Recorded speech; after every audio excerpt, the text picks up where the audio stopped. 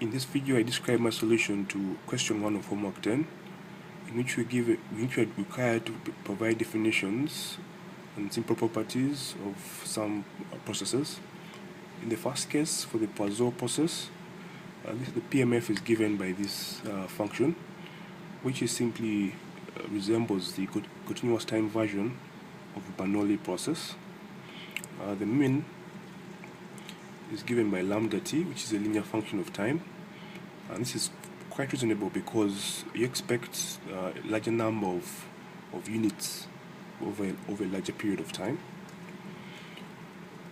Autocorrelation function, depending on what is larger, is given by either this for t greater than s, or this for s greater than t, and can conclude from these two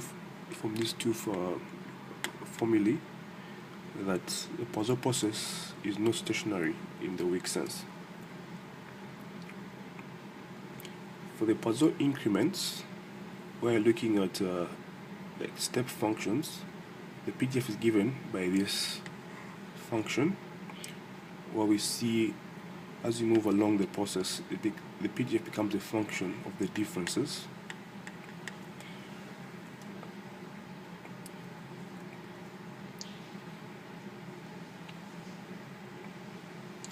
And for the mean, we see that the mean is a generic function of time, which has the same interpretation as we have for the Poisson process, i.e. that the arrival of units increases as you wait for more time.